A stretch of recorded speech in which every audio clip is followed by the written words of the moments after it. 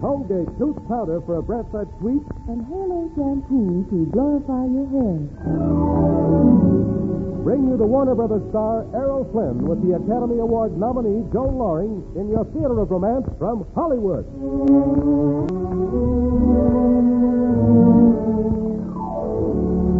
Tonight, Colgate tooth powder and Halo shampoo bring you, in one of his rare radio appearances, the sensational star of Warner Brothers San Antonio, Errol Flynn.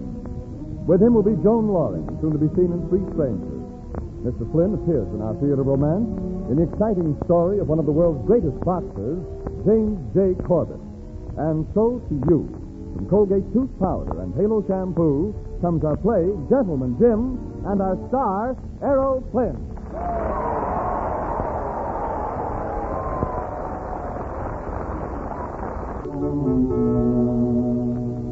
This is the story of Gentleman Jim Corbett, who wasn't always a gentleman. Who says he wasn't? I do. And who are you? I'm Errol Flynn, and I'm on the air, and will you please go away? I'm a stagehand here, and I got a paid-up union card, and I don't care whether you go on the air or not. Oh. Besides, Colgate tooth powder and Halo shampoo are paying for this, and I like their product. Oh. And besides, I grew up with Gentleman Jim Corbett. And besides, I know all about him. Maybe so, Pop, but I'm telling this story. Then tell it right, Dad Blamer. Well, Jim was born... He was born in San Francisco. I know it. Shut up and give me a chance. His dad was a tax driver. I know it. Knew him well. Yes, sir. Look, Pop. Are you getting paid for telling the story? Well, I will if you'll let me tell it. Well, of course, son. Go right ahead. All right. This is the story of Gentleman Jim Corbett. Irish he was. I know it.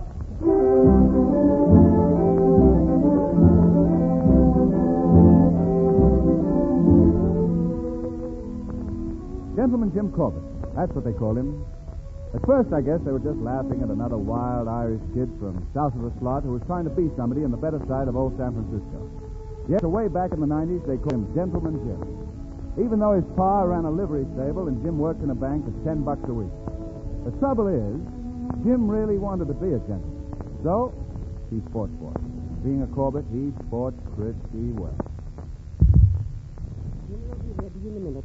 And you boys remember, we've got the gentleman of the cloth as our guest. We'd better take it easy. Father Bert, I've told the whole family there'll be no brawling at Corbett Stables tonight. Then it'll be the first night I've been here without a good fight. Mrs. Corbett.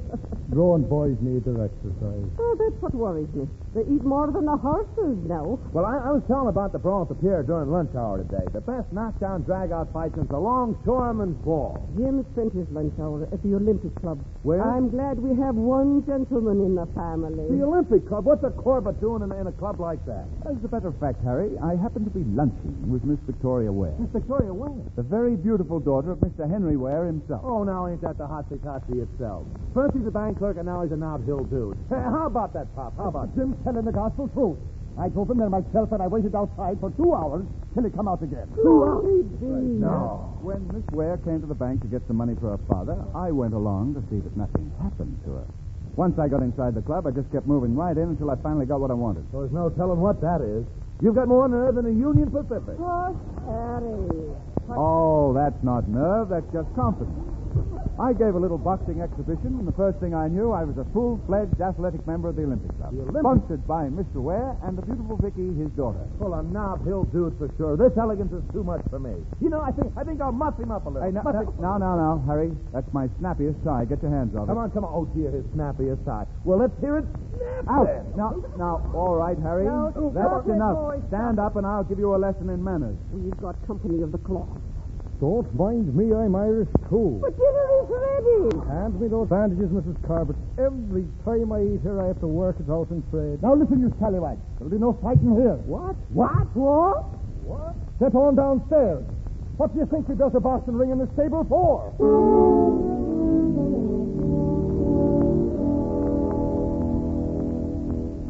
Well, Mr. Corbett, taking your work out in the lounge instead of the gymnasium? Well, hello, kiddo. You may call me Miss Ware. Okay, kiddo. Oh, I get all the exercise I need around here. I'm in pretty good shape. That's nice. Yeah, I think I better stay that way, too, from what I hear. It seems the other members wouldn't like to see me get my ears knocked down. Oh, what makes you say that they would, Mr. Corbett? Well, the rumor around the club is that they offered Jack Burke, the former English champion, $1,000 for an exhibition bout with me. Well, what's wrong with that? You agreed to the fight? I know, but I've been told that Burke was definitely instructed to give me a good beating. I see. And you think the club members would enjoy that? It was their idea, wasn't it, gorgeous? I really wouldn't know, Mr. Corbett. But it sounds like a good idea. Okay, beautiful. But it's not going to work because I can lick that Burke without even mussing my hair. Maybe you can. He is getting to be an old man. Now, well, I could have licked him anyway when he was champ. And if I can lick a former champ, I can be a champ myself someday, and soon. My, Mr. Corbett, what a beautiful swelled head you're getting. No, I'm not. A swell head is a guy who thinks he's good and isn't. Get the difference? Sometimes you're impossible. Or should I say, once in a great while, you're not impossible. Well, sometimes you're pretty sweet yourself, kiddo. Miss Ware, if you please. And I hope, Mr. Corbett, that Jack Burke does an excellent job of knocking down your ears. Thank you, beautiful. You just keep right on pulling for me to lose, will you?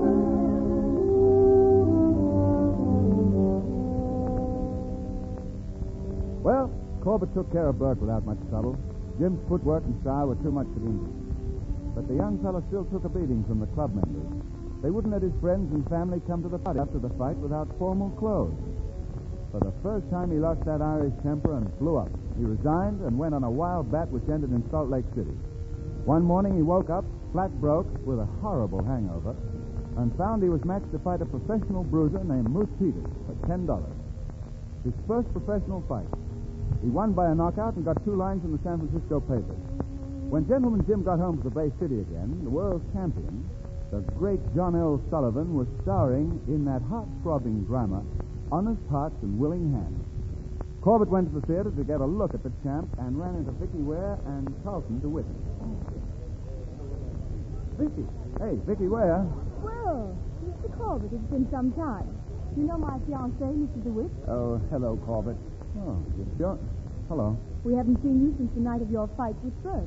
Oh, tell me, you haven't been to this awful play, have you? Yes, I'm I afraid enjoyed so. Vicky decided she wanted a better look at the blighters, so here we are with the rest of the crowd. I think he's wonderful. What a Yeah. physique. And what a champion. Well, champ or not, I wish he'd hurry. Well, if you really want to see the chump, here's your chance. Yes, let's go. Come on. I'm John S. Sullivan, and I can lick any man Oh, in this the is so world. exciting. Look, they're feeling his arm. I'm John S. Sullivan, and I can lick any man in the world. Oh, Some hands. some muscle. What? I'm coming right through. Step up and feel the muscles as I go past. I'm going to do it. Vicky, come back. Are you crazy? Vicky, have you lost your mind? Step up and feel the arm. I ain't got all right. I'm John S. Sullivan. Good boy, John. Gentlemen, my life is now complete. I felt the arm that took the world. Well, Miss Ware, that was a very pretty picture. You pawing over that Sullivan. Carlton, what is he talking about? Corbett, what are you driving Oh, grabbing that big large arm like that. Why, that's hero worship stuff. A Really? girl loses something when she loses her dignity. John L. Sullivan is not a lug. Oh? And to whom do you think you are speaking? at? Look, I say, And Corbett. you, DeWitt, you ought to be ashamed of yourself for allowing it. She's your girl, isn't How she? dare you? Well, if you were my girl, do you know what I'd do? I'd stick you right across my knee and spank you. Your girl. Yes. Being your girl, Mr. Corbett, is the thing farthest from my imagination. Oh, come on. Let's stop fighting over You nothing. shut up. You ought to knock his block off. Tell him to wait until I knock Troyinski's block off. Troyinski? Then he'll have something to crow about. You're not going to fight Troyinski. You must be joking, Corbett. Why? I'm going to fight him right here in San Francisco. My But you're word. nowhere near ready to fight that man. Why, he'll murder you. Is that so? Yes, I hope it is. Mr. Corbett, please do fight Troyinski. That's just what you need.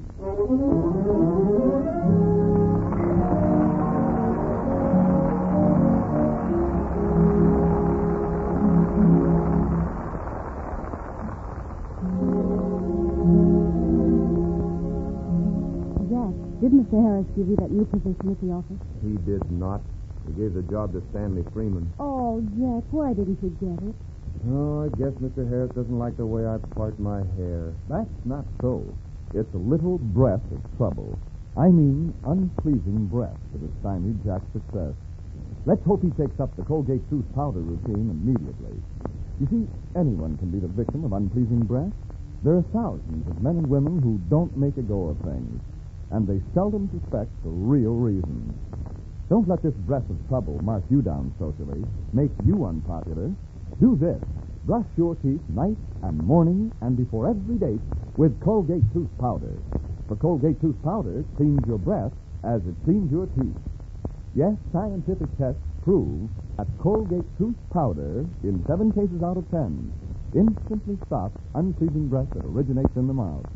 And when it comes to cleansing, money can't buy a dentifrice that will clean your teeth better or quicker than Colgate Tooth Powder. Remember the name, Colgate Tooth Powder, with the accent on powder.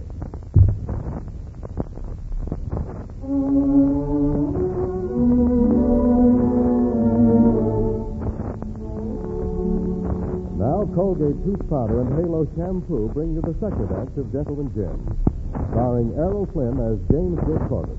You're on, Mr. Flynn. Tell them all about the science. Don't worry, Pop. Don't forget about that left hook. All right, let go of me. I'm on. Corbett won. I know it. A knockout. I know it.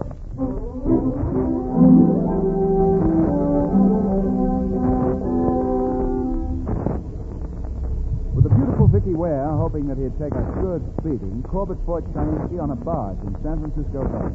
Prize fights were not legal in California, but it seemed as though everyone in town had heard about it and had come to the fight.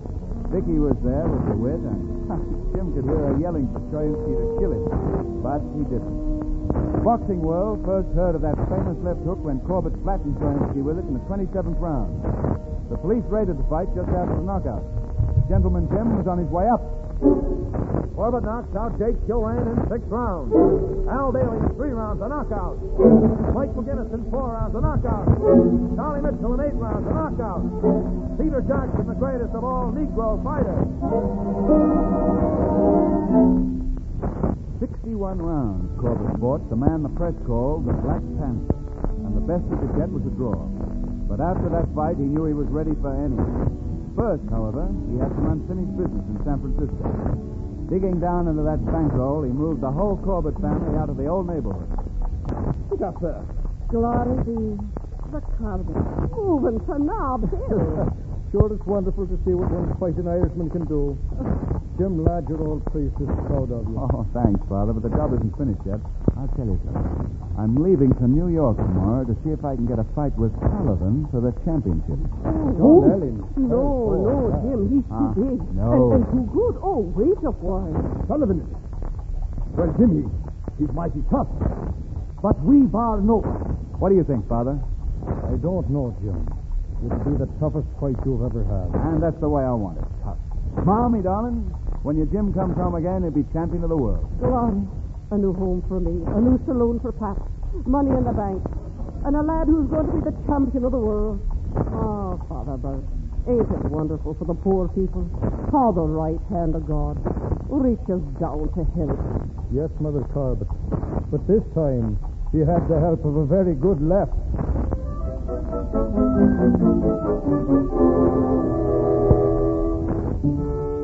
Off went Jim to New York to try to get a crack at Sullivan. He did everything to attract attention. He was seen in all the best places, dressed up in a top hat and evening clothes to fit that title of Gentleman Jim. He was deliberately showing off, spending his prize money, being a playboy, trying to get enough publicity so Sullivan couldn't pass him by. One night he went to the theater where the champion appeared, took a box right by the stage, and escorted the lovely Lillian Russell, the toast of New York. In that spot, in that company, he knew he'd meet the great John L. And he did. Hello there, Mr. Sullivan. Well, it's been a long time meeting you. You don't say. We'll have a drink, Mr. Corbett himself. Sorry, John, but I'm on the way. On the wagon itself. Well. You know, I've seen you a couple of times. At a distance. Yeah, but seeing me from a distance is a smart idea, young fella. What's all this nonsense about wanting to meet me in the ring? Oh, nonsense, is it? Peter Jackson thought it was nonsense, too. How long did you stay with Jackson? 16 rounds? Now, come on, just you turn those figures around, Sullivan. 61. You know how long Jackson would stay with me? 61 seconds. Oh, He's dead. Why, you've been ducking Jackson, Mr. Sullivan. Too easy, eh? Ducking him, did you say? Yes. I'll meet any man who'll stand in his feet, and if you were 30 pounds heavier, you'd be next. I'll return the compliment. If you were 5 years younger, it'd be more fun fighting you. What do you mean by that? Well, there's not much fun in winning the championship from a man who's stripping over his beard. Beard, is it? Who said I've got a beard? You bred rat, who do you think you're talking John to? L. Sullivan himself. Yes, Sullivan is right. But I can lick any man in the world. Except one, James J. Corbett. I'll murder you. Will you? Well, 5 years, John. Make the public pay for it. I'll fight him anywhere.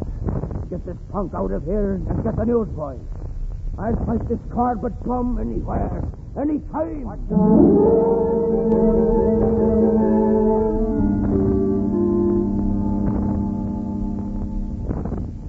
Hello, Mr. Ware. I'm Vicky. Mr. Corbett? I'm glad to see you. Sit down, Jim. I was in New York. Thought I'd ask you to lunch. You're looking well, Mr. Corbett. It's a surprise, Vicky. Makes me feel wonderful seeing you again. Thank you. But this was Father's idea. He seems to be impressed by famous athletes. Oh, what a girl. What a girl indeed. Well, just you keep on hating me, kiddo. It brings me luck. Here. Let's talk about the fight, Jim. Of course. You two gentlemen go right ahead. We'll have to, or muzzle you, Vicky. Father, please. I hear it's going to be in New Orleans for a purse of $25,000. Mm-hmm. Well, it isn't quite set yet. Sullivan demands a side bet of $10,000. Winner take all. I know who that'll be. Well, you think you can win? But I don't have $10,000. And, of course, no one in their right mind would put up that much money on Gentleman Jim to beat John L. Sullivan. Thanks. Well, just for once, you might be right. No one thinks much of my chances, except myself. Everyone's wrong but Mr. Corbett. Mm-hmm. He knows he can win. Look, Mr. Ware, you better get her out of New York and take her back to that nice Carpenter with. Can't do that. She had a fight with him, too. Oh, I'm not surprised. Vicky, you mean you're not engaged anymore? That's quite true, Mr. Corbett, but I don't see how it can possibly mean anything to you. Oh, don't worry about that. It doesn't make... I swear, I never saw anyone like you two. We'll get along all right, Father. After John L. Sullivan makes a tramp out of Gentleman Jim. We'll see about that after I dig up enough money to meet those fight conditions, you see. That reminds me, Jim. That reminds me. You might look up a man named Colonel McLean. Think you let him have the money? Sure, he hates the chance. Oh? It all goes back to the time the Colonel's wife felt John L. Sullivan's biceps in Savannah.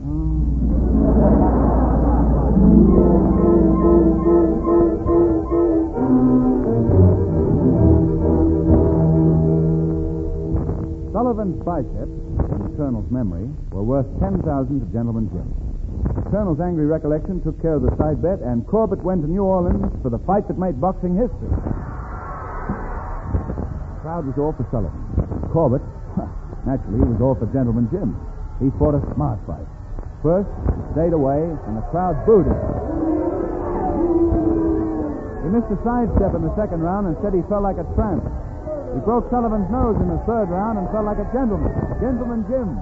It took 20 rounds for the good little man to wear down the good big man. And then in the 21st, that famous left hook, flurry of lefts and rights, and one big one with everything he had. 6, 7, 8, 9, 10, out! The winner and new heavyweight champion of the world, James J. Corbett!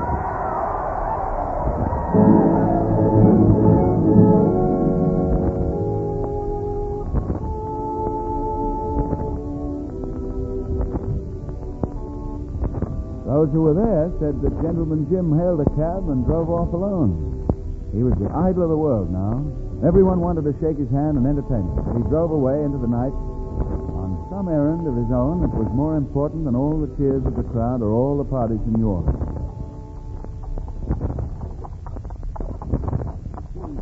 Being champion, well, isn't the way I thought it would be at all. Suddenly everybody wanted to be my pal, and I didn't expect that. Then I remember there was one person in this town that didn't want to hug me to death. That's why I asked you to take a ride with me, Vicky. I won't hug you to death, Mr. Champion. Oh, I know that. Here I am, champion of the world. Everybody's nuts about me, except you. There are 20 parties waiting for you tonight. Take your pick. I'm not going to any of them. I don't want to be bored again as long as I live, and I'm sick of dressing up, playing the part of a gentleman. Really, Jim? Really? I suppose you think that's a funny way for the champion to be talking. No, I don't think so. You see, I've known you for a long time, Jim. And I know how you've wanted all this. Maybe the way I've acted helped you to get here. Gave you a little drive. I'm glad if I had help, but I can't help you now. You have arrived now. Vicky, I don't want any help. I just want someone to talk to. That's strange coming from you. You've looked forward to this hour for so long that it disappoints you, doesn't it? Mm-hmm. You thought you'd be another person, and you find you're not. I guess so. But you'll come bouncing back with that swelled head of yours. You'll be telling the world that you're the greatest champion it ever had. Oh, will I? Now, wait a minute. Vicky, you've cured that head of mine. I think I need you now more than ever. Vicky. Hey, Vicky.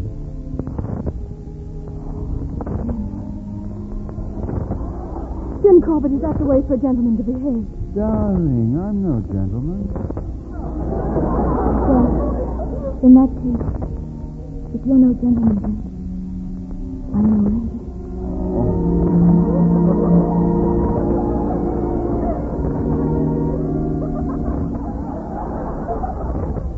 And that's the story of Gentleman Jim. Went and fell in love, didn't he? Yes, Pop. Love, that is. I heard that That's no joke, son. I know it.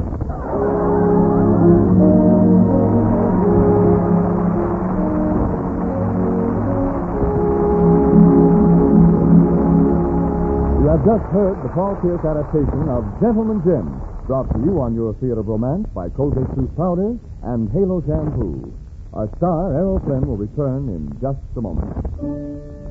Halo, everybody, halo. Halo is the shampoo that glorifies your hair. So halo, everybody, halo. Use Halo Shampoo if you want naturally bright and beautiful hair. The soap shampoos leave a film on your hair, but Halo contains no soap, therefore leaves no dulling soap film.